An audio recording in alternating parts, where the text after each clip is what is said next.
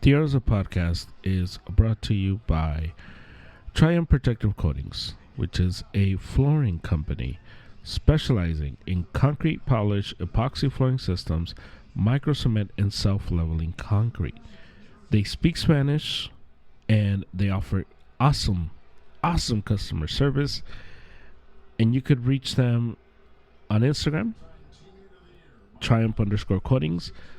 Looking them up on Facebook, Triumph Protective Coatings. You can email them, triumphprotectivecoatings@gmail.com. You can call them or text them at 666-436-4702.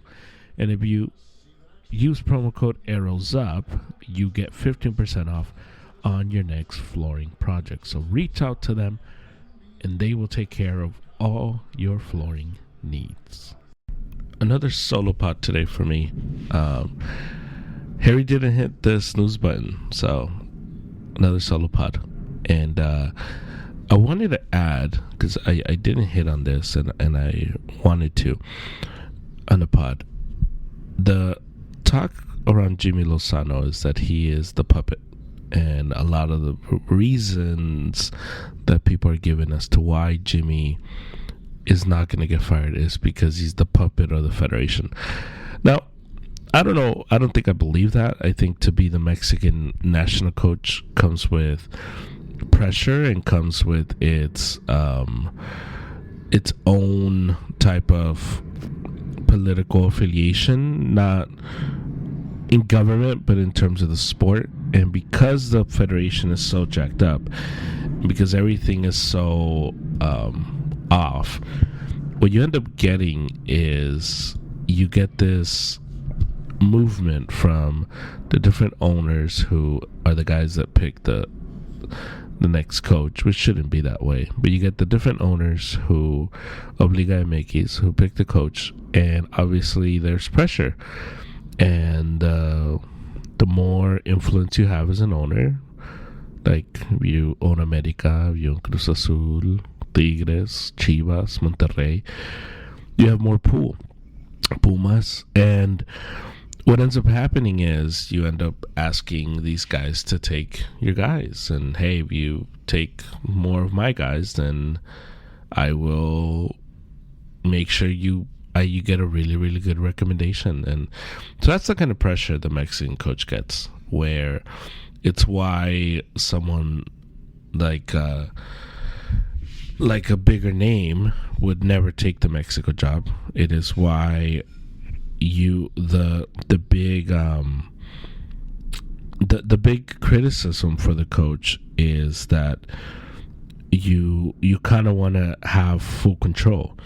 It's why Marcelo Bielsa, who coaches Uruguay, before he took the Uruguay job, was in talks to take the Mexico job, and he didn't take it because he said, I want full control. I want to be able to have my own training facilities. I want access to the whole roster. I want to be able to decide my own team. I want to be able to train where and when I want, and I want to be able to create and build the facilities I want, where I want them. And the federation said no. And so that's the big problem, because whenever you're the national coach of a team in football, you are given full reign. You run the whole show. It is your program. You pick the players, you pick the training facilities, you build them. It's you. And in Mexico, it's not like that. And that's why whenever a coach gets picked, you get a lot of the like, man, why is he taking this guy? Why is he taking that guy? Well, a lot of it is the pressure. And what you end up getting is it's almost like everybody is a puppet. So is Jimmy Lozano a puppet of the federation? Yes and no. Yes, because every coach that has ever taken the Mexican job is a puppet of the federation. And no, because he's still doing what he wants. It's still his coaching staff. He picked the staff. It's his game plan. Jimmy's just young. And to be thrust in the middle of this with very little experience is tough. And I think he's faced with a generation of soccer players in Mexico, with a league in Mexico that is all-time worst, with the players that have an all-time low mentality, and he's kind of given a bad draw. So is he a puppet? No. But then yes, because every coach who has ever coached Mexico is a puppet, because you have to kind of play by the rules of the owners to get the job. Just the way it goes. And one more thing. Shout out to Will Smith, who's been raking. He's finally. June was a bad month for Will Smith. July, much better. He's tearing the cover off the ball. So shout out to Will Smith. But that's the pod.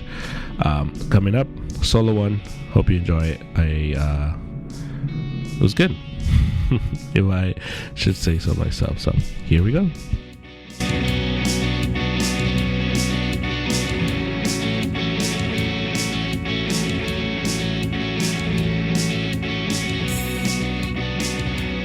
Arizona podcast.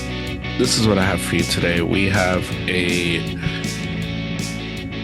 lot of not a lot. I'm lying. I have some basketball takes. As free agency has pretty much come to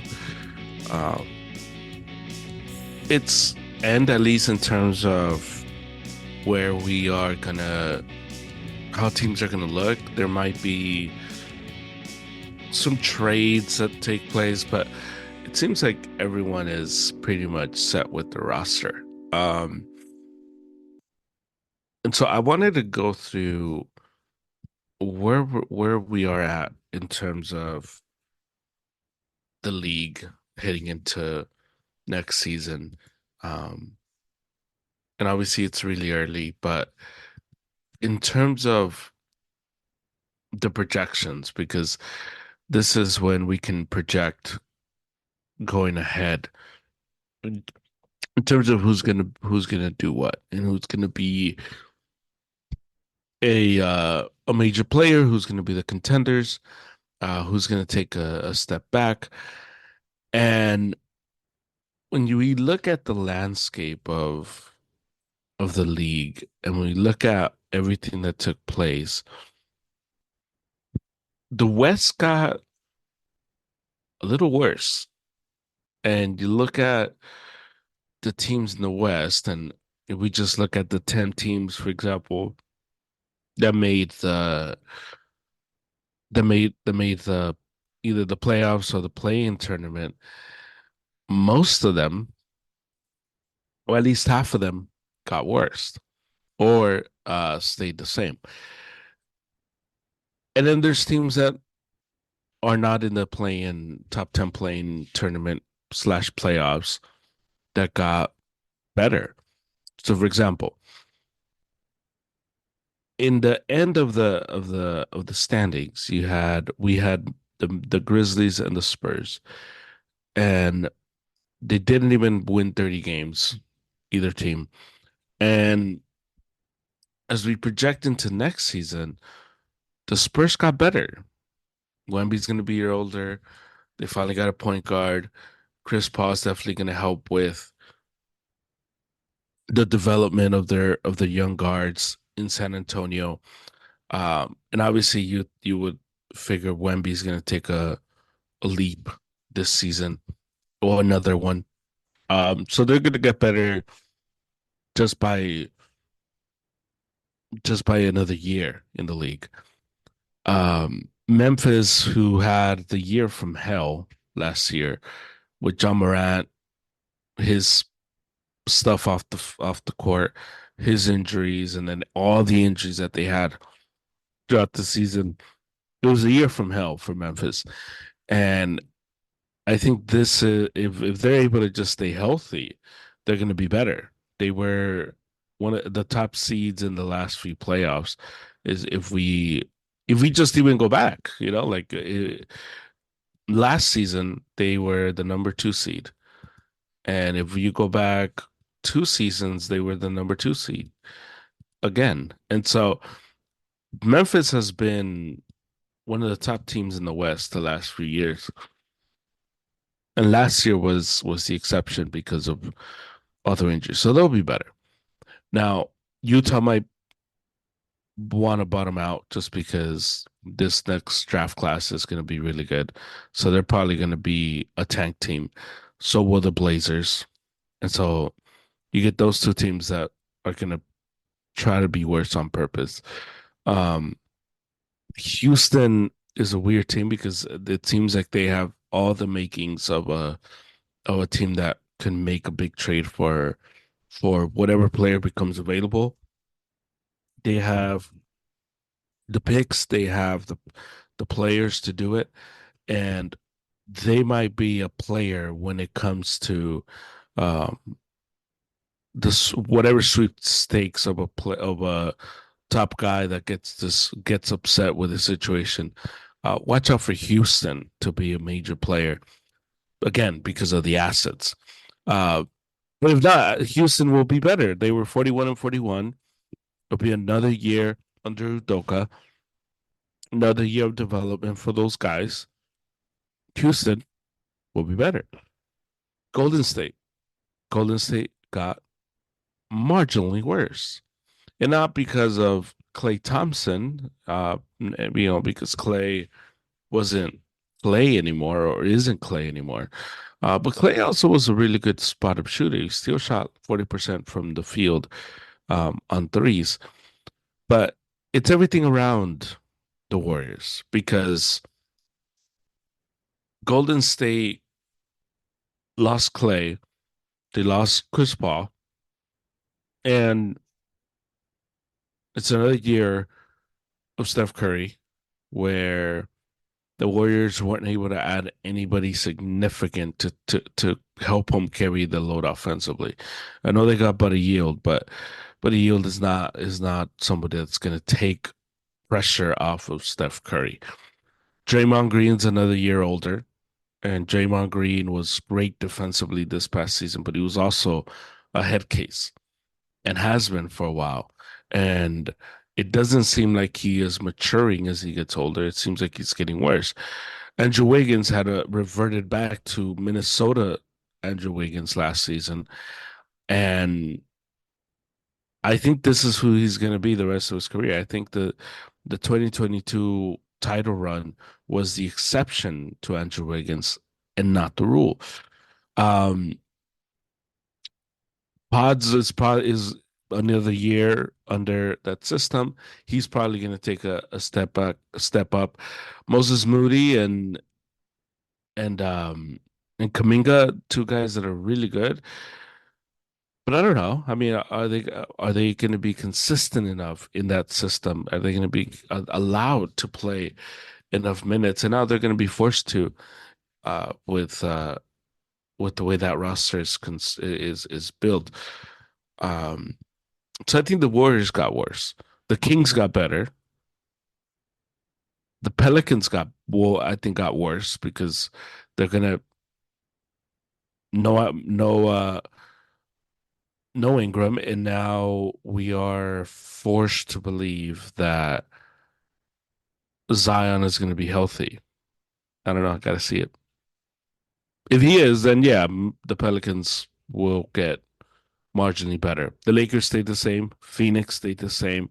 I think Dallas got a little better because they upgraded the shooting. I'm still not convinced that they were able to maintain the same perimeter defense because that's what set them apart in the playoffs and that's what allowed them to get to the finals was just the way they played defense. And I think that that's the one part looking at the if I'm looking at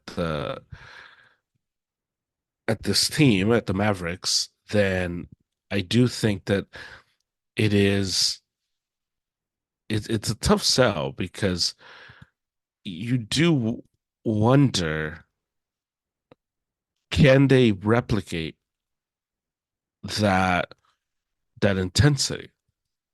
Losing Derek, um, losing Derek Derek Williams, Derek Jones, sorry, losing Derek Jones, and it's a big loss for them. I know he couldn't hit a shot in the finals, but he's one of the top defenders in the league. So can they replace that? Can they replicate, or can somebody kind of pick up that role? Because Clay's not doing that. I know Clay used to be a really good defensive player. That Clay is gone. So, but I think overall the Mavericks got better. Luka is in the Olympics.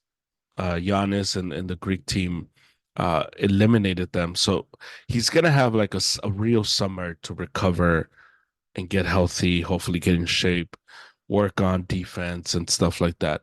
So Luka's gonna come in rested into the to this next season, which is really good, especially after a long playoff run that he just had. The Clippers got worse. I know they got Derrick Jones. I know they got Nick Batum, and now the Clippers have a very malleable, very it's a team that's prepared to make a trade and make a move, and now they have that flexibility. But I think they got worse. I don't understand why they gave James Harden $35 million. I don't know who they were bidding against. I don't know who else what other team was going to um give James Harden $35 million. That made no sense to me. They're looking for a trade partner for um, Russ, who obviously picked up his player option, but the Clippers got worse.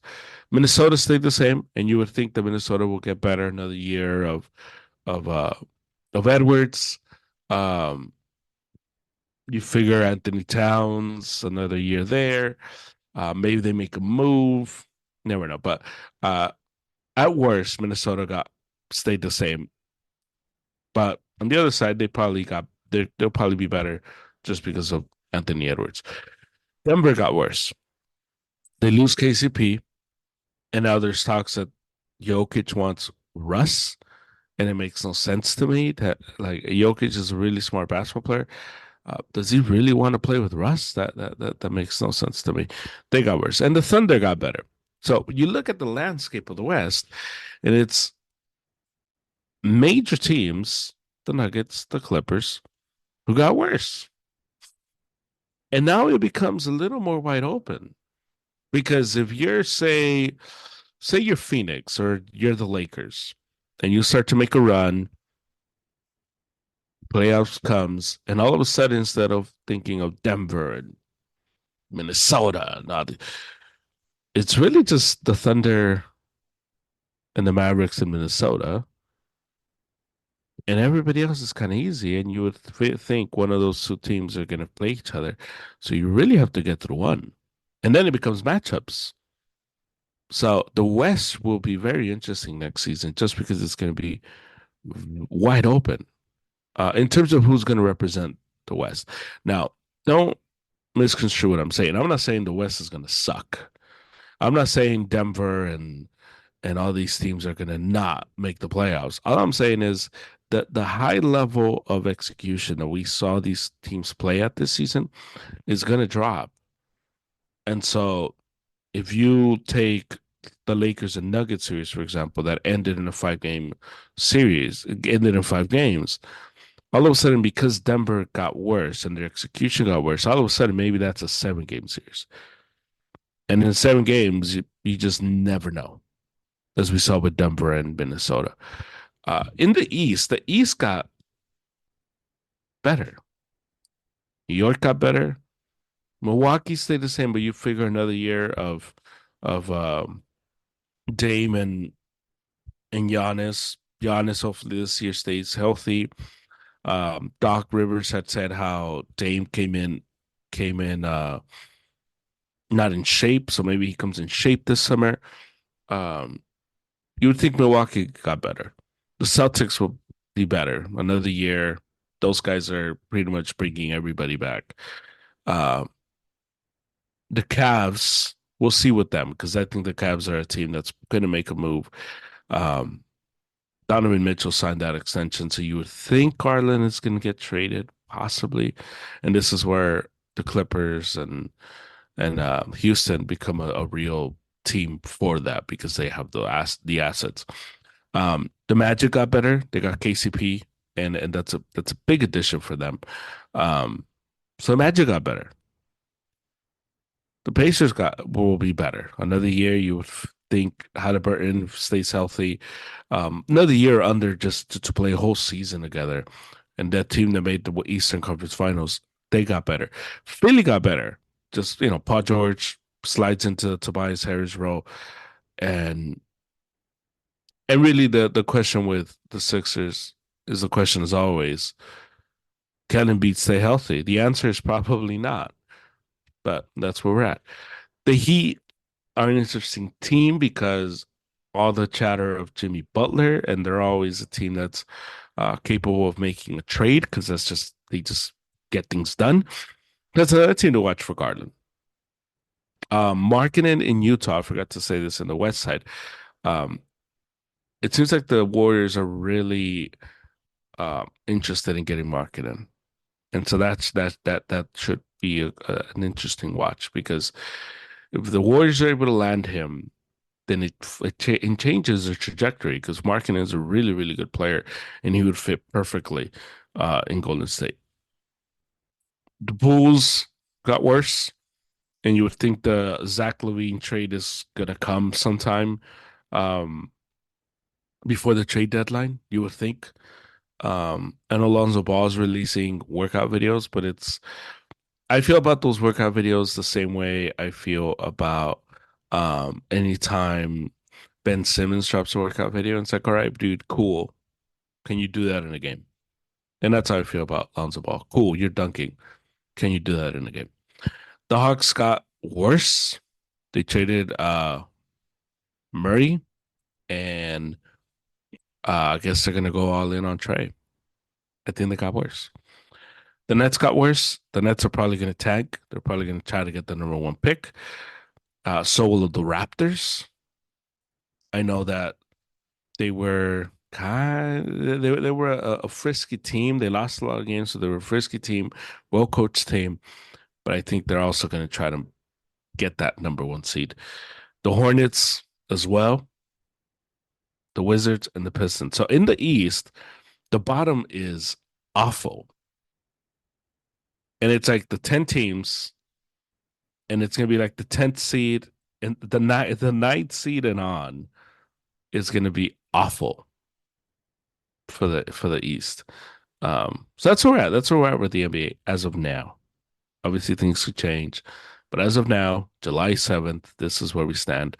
Um, and so it's why it's a real possibility. If one of these teams is able to make a big trade, a real trade, maybe not for like a star, but for a real player like a Markkinen. All of a sudden, you find yourself in really good position. Now, this is a really good spot for the Celtics to repeat.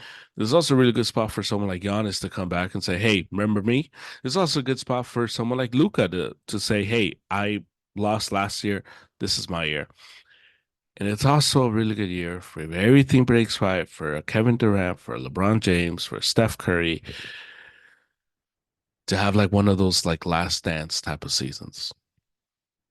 As of now, it's looking to be a really, really fun NBA season. Can't wait. Um, in terms of the whole Bronny thing, he had a bad game yesterday. It was like the summer league. There's two camps. There's the LeBron camp.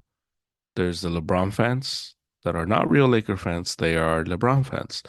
So therefore, because LeBron plays with the Lakers, they are Laker fans today. And these people are gonna hype everything Bronny does. Everything he does is gonna be a highlight. They're gonna support him and they're gonna want him to succeed because of LeBron. On the other side, you get the NBA fan, and Laker fans are in that group that understand what the Bronny thing is and aren't rooting against him. They're just gonna say what they see. The problem is the LeBron camp. Anytime anybody says, "Yeah, Bronny's not that good," they're gonna say, "Oh, you just hate her. You're a hater. You just hate LeBron, so that's why you say that."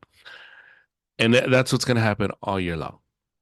The NBA fan who watches the NBA year in and year out is going to have something critical, not even mean, just Bronny is too short to play defense. Bronny's not a great shooter. And they're going to take that as hate. And that's what you're going to see all season long. Twitter's going to be filled with that. And so just prepare yourself for that because that's coming. It's going to come and it's going to come with a gigantic vengeance. Um, in terms of where we're at with football, we had amazing matches Friday, a letdown of matches in the Euros yesterday. England squeaked by. The Netherlands found late magic. Um, England and France making the semis is a testament that you don't have to play great to make it because they've been awful. On the other side, Uruguay Brazil was like bully ball, and it was physical, and Uruguay at the end outlasted Brazil in penalties. Colombia is like firing on all cylinders, and that should be a fun game. And uh, and that's where we're at. That's where we're at in terms of those tournaments. It does seem like Argentina is probably going to win that, and I'm going to hate life. And on the other side, I'm hoping England wins this. But France, Spain should be good uh, because you would think the way Spain is playing, they have the pieces, they have the team to completely expose what's wrong with the French team, which we'll see. And on the other side, I think England. Um, Eventually, you got to think they wake up. The problem with England is Foden, Jude, and Kane can't work together, can't play together. And it seems like the odd man out there is Foden. And you would think Southgate would take out Foden and just allow Kane and Jude to kind of control the game. And he's not doing that. Why? I don't know. That's what's happening um, on that front. Now, I did want to touch on some baseball. We've had this this place of in baseball where you had we had the All-Star lineups revealed, and as we go into the All-Star game and All-Star weekend, which is next week, it is going to be interesting to see how everything kind of comes together in terms of the way that the league is set up. Now, I have no real problems with the start with the all-star starters. Um, Everyone is pretty deserving of it. I agree with the fans and everything else. The only thing I would say is in terms of the reserves. I think Jaron Duran, and I'm not just saying that because I'm a Red Sox fan. Jaron Duran is deserving of of a spot, which I think he should and will get in, um, as well as Rafi, and I think those two guys should definitely definitely get in. Um, there are rumors circulating about a possibility of Ellie De La Cruz to the Dodgers, which would be insane. I don't think Cincinnati would do that unless the Dodgers are willing to give up everything. And if I'm Cincinnati, that's what I'm asking. I'm asking for everything. No, Dodgers might be willing to do it. Hell, you're all in on this team anyway. Ellie De La Cruz is really young. I mean, if they do it, it wouldn't be a stupid deal. The Dodgers just don't operate that way. The Dodgers aren't the team to gut their farm system for a guy. They don't do it. They haven't done it. That's not how the philosophy of this regime. They don't do that. So I don't think that's going to happen. I do hope the Red Sox become a real seller, a real buyer. I mean, and go after somebody, go after pitching. The Yankees have been struggling, and they yesterday maybe that gets them rolling, which would be awful. As they beat the Red Sox 14-4 yesterday. And so it is going to be interesting as the trade deadline approaches what these teams are going to do because you have enough teams that are in contention that they have to make a decision. Are we all in? Are we going to go for it? Or are we going to just take a step back? And that's going to be the decision that gets made within the next 2 to 3 weeks. Which teams are in and which teams are going to go for it and which teams are going to take the step back and decide, no, not this year. So this is where if the Dodgers really feel like Ellie De La Cruz is they can get, which it could also go for like Bo Bichette, um, then all of a sudden this changes the landscape of the league because as of now it does seem like we're heading for a collision course between the Phillies and the Dodgers in the NLCS. That's what it feels like. That's what it looks like. Now, in terms of who the best teams is and who the best team in baseball is this week, uh, it is it is interesting because the best team in the NL has been the Padres. They've been playing the best baseball. Uh, so that's my pick. In terms of the American League, the American League is a little tougher, but I'm gonna go with the Orioles, who've been playing really good baseball. And that's where we're at. That's where we're at with baseball. That's where with soccer. That's where we're at with the NBA.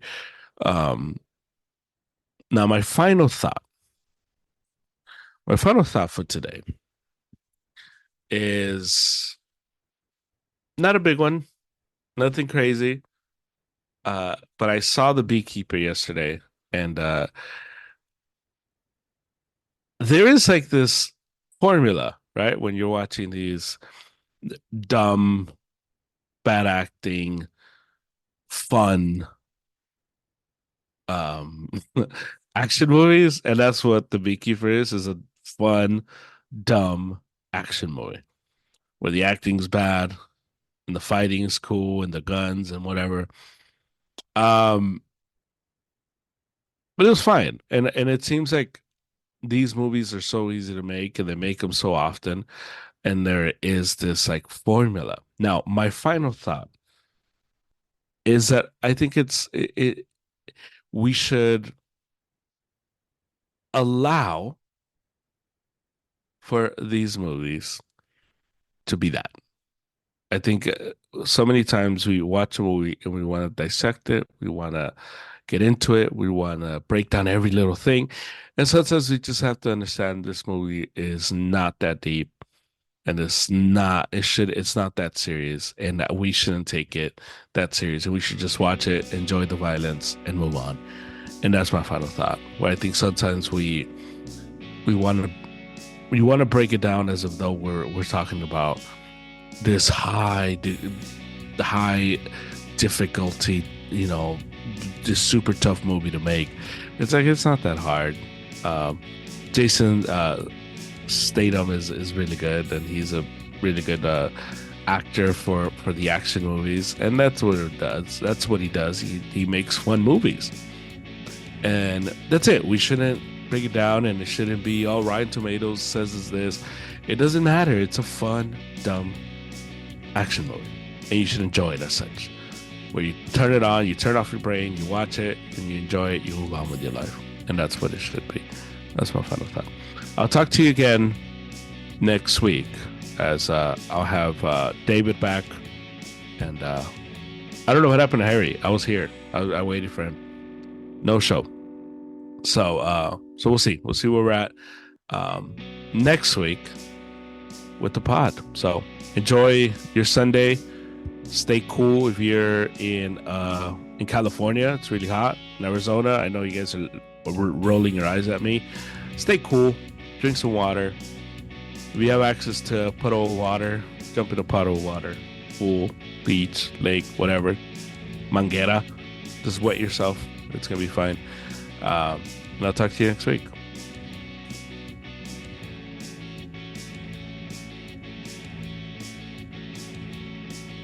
The Arizona Podcast was brought to you by Triumph Protective Coatings. You can find Triumph Protective Coatings on Instagram, Triumph_coatings. You can call them or text them 626-436-4702. They'll offer awesome customer service and they do amazing work. So reach out to them for your next project, and if you use promo code ARROWSUP, you get 15% off your next order. So reach out to them. They'll take care of you. Triumph Protective Coatings. That was the pod. Thank you to Angel. Thank you to Triumph. Thank you to you for listening. You can follow us on Instagram at ArrowsUp and YouTube. There's a podcast YouTube channel.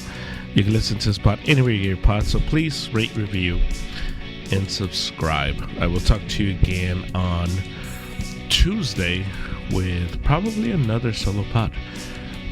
Just a string of these, and then Thursday with David. So that's what I have for you over the next week or so. So until next time, there's a podcast. Let's go Sox.